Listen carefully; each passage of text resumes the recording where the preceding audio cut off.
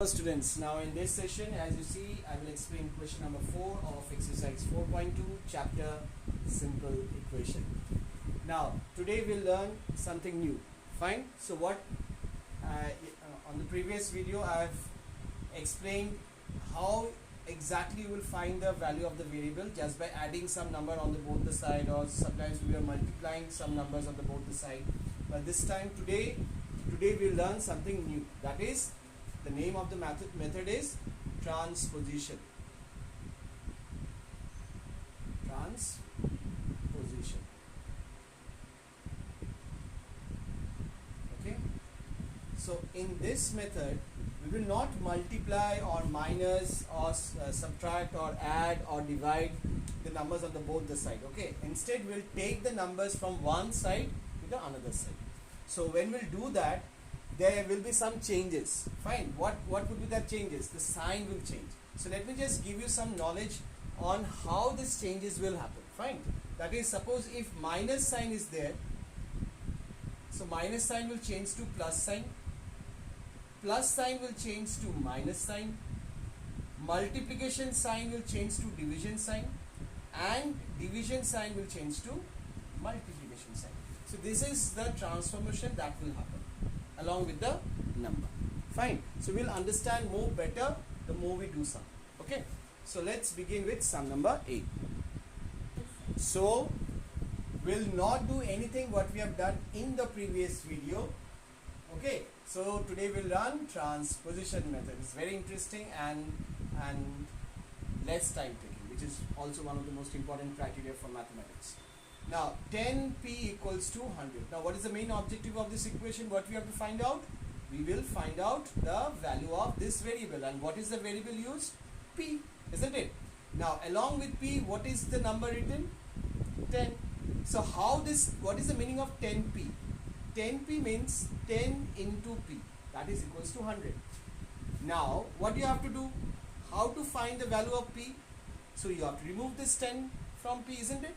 So when we'll remove this, remove means you have to take this 10 towards right hand side. That is this, when you take any number from left hand side to right hand side, or right hand side to left hand side, this method is called transposition. Fine. So what is the change that will happen now? So 10 is carrying a multiplication sign, and when we'll take this 10 towards right hand side, the sign will become now division. Fine. As I said, that multiplication will change to a division sign, isn't it? So the next step we'll write p is equals to 100 upon 10. That is 100 divided by 10. Now one more observation. Before you take the number from left hand side to right hand side, always first mention the numbers which are already there on the right hand side. Fine. So see, I have written first 100, then I have written 10, isn't it? This is another very important thing that you have to remember. So now just reduce it. Now the final answer would be 10. So the value of p is 10. Okay. Now let's do sum number b.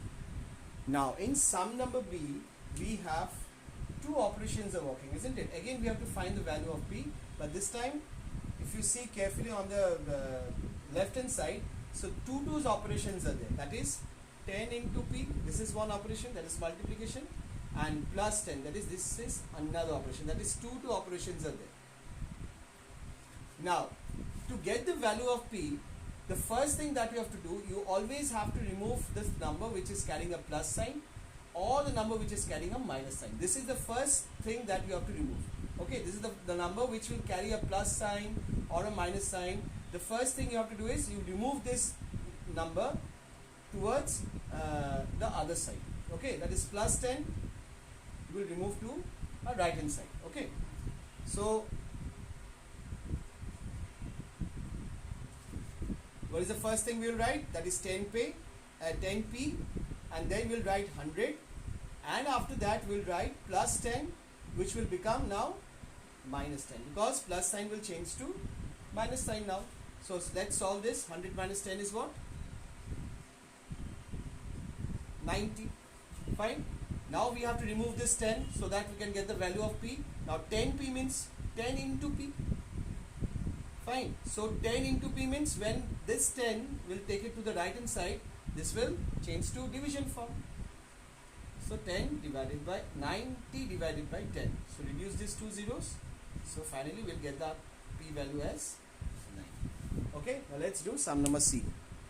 Sum number C, we have p by 4 is equals to 5.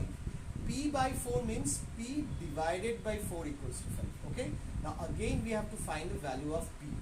Now to get the value of p, you have to first remove this 4 towards right hand side.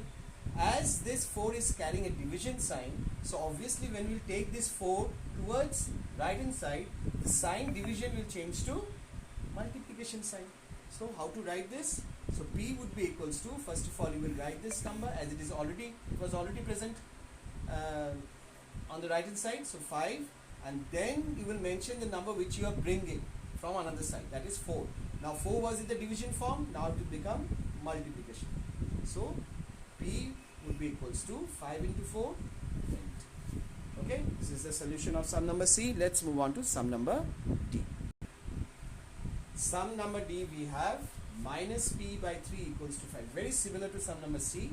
Okay, so we have to remove this 3 towards right hand side.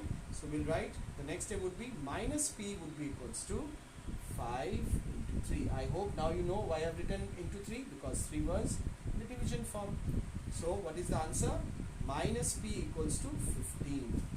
Students, this is not the answer, as because the variable is in the negative form. Fine. So always remember, the variable should be always in the positive form, and if it is in the negative form, then you have to change it to a positive form. So how to do that? So you have to multiply minus 1 with the variable, and the same thing you have to do on the right hand side also. That is multiplying minus 1 to both the sides. So minus minus will now become positive p, and 15 into minus 1 will become minus 50. So now this is the final answer of sum number D, that is p is equals to minus 50. Never keep the variable in the negative form. The answer could be in the negative form, it is okay, but the variable itself should not be in the negative form. Okay, so let's move on to sum number E. Sum number E, we have 3p by 4 is equals to 6. Now what we have to do, we have to remove this 4 and 3 to get the value of p. Now always try to remove the denominator first. If you have a fractional form like this, then you will try to remove the denominator first and then the numerator after that. Now let's move this 4 to right hand side, that is 3p would be equals to, this 4 will go to the right hand side, so it will become multiplication sign because it was division. So when we transpose any number from one side to another, sign changes, isn't it? So 3p is equals to 6 4s are 24. Now we'll remove this 3.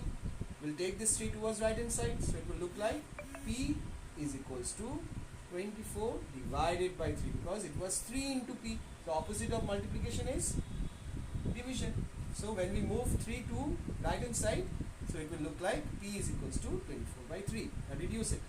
3 1s are 3, 3 8s are 24. So p is equals to 8. Okay, now let's do the last sum of this session, that is sum number F of question number 4. Sum number F is 3s is equals to minus 9. Now this time the variable is s. To get the value of s, you have to transpose this 3 towards right hand side. Okay, now how to now write on the next step, you will write s is equals to 3 into s, isn't it? So if I transpose this 3 to right hand side, so what will happen? Minus 9 divided by 3, isn't it? Because it is in the it was in multiplication form, so it will change this sign to multiplication to division form. So s is equals to, reduce this, 3 1s are 3, 3 3s are 9, so minus 3. So value of s is equals to minus 3. Okay, and the rest of the sums you will do it as homework, students. Okay, thank you so much. God bless you and take care, everyone.